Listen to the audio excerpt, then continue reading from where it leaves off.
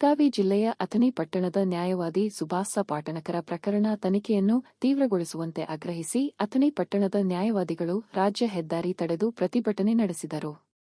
ಈ ವೇಳೆ ಮಾತನಾಡಿದ ನ್ಯಾಯವಾದಿ ಅಮೋಘ ಕೊಬ್ರಿ ಹಾಗೂ ಡಿ.ಬಿ. ಚಕ್ಕನ್ನವರ ಮಾತನಾಡಿ, ಒಬ್ಬರು ಹಿರಿಯ ನ್ಯಾಯವಾದಿ ನಾಪತ್ತೆ ಆಗಿ 2 ದಿನ ಕಳೆದರೂ ಪ್ರಕರಣದ ತನಿಖೆ ವಿಳಂಬವಾಗುತ್ತಿದೆ.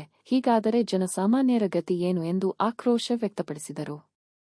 ಈ ವೇಳೆ ಅಥಣಿ ಪಟ್ಟಣದ ಪೊಲೀಸ್ ಠಾಣೆಯ ಎದುರು ಜಮಾವಣೆಯಾದ 100ಕ್ಕೂ ಹೆಚ್ಚು ನ್ಯಾಯವಾದಿಗಳು ನ್ಯಾಯಾಲಯದ ಕಲಾಪದಿಂದ ಹೊರಗುಳಿದು ಸಂಶಯಾಸ್ಪದ ರೀತಿಯಲ್ಲಿ ನಾಪತ್ತೆ ಆಗಿರುವ ನ್ಯಾಯವಾದಿ ಸುಭಾಷ್ ಪಾಟಣಕರ ಅವರ ಪ್ರಕರಣವನ್ನು ಗಂಭೀರವಾಗಿ ಪರಿಗಣಿಸಿ ಪೊಲೀಸ್ ಇಲಾಖೆ ತನಿಖೆಯ ವೇಗ ಹೆಚ್ಚಿಸಿ ಪತ್ತೆ ಹಚ್ಚಿದರು.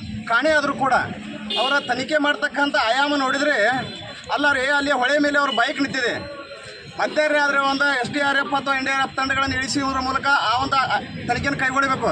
ಇವರು ಹೋಗಿ ಫೈರ್ ಫೈಟರ್ನ ಹೋದ ವೆಹಿಕಲ್ ನಿಲ್ಲಿಸ್ತಾರೆ. ಅಲ್ಲಿ ವಿವಿಧ ರೀತಿಯಲ್ಲಿ ಅದು ತನಿಖೆ ಕೈಗೊಳ್ತಾ ಇಲ್ಲ. ಇವರು ಸ್ಪೋರ್ಟ್ಸಲ್ಲಿ ಉಳಿದಿದ್ದರಿಂದ ಯಾರೂ ಉನ್ನತ ಅಧಿಕಾರಿಗಳು ಇಲ್ಲಿ ಇಲ್ಲವೇ ಇಲ್ಲ.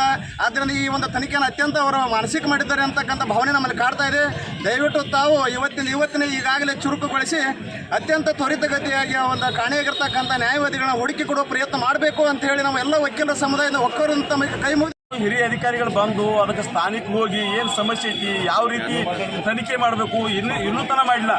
ಕೇವಲ ಅವರ ಅಗ್ನಿಶಾಮಕ ದಳದವ್ರು ಬಂದ ನೀರಿನೊಳಗೆ ಯಾವ ಆಯಾಮದೊಳಗೆ ಇನ್ಕ್ವೈರಿ ಮಾಡಬೇಕು ಅದನ್ನು ತೀವ್ರತರವಾಗಿ ಮಾಡುವಲ್ರು.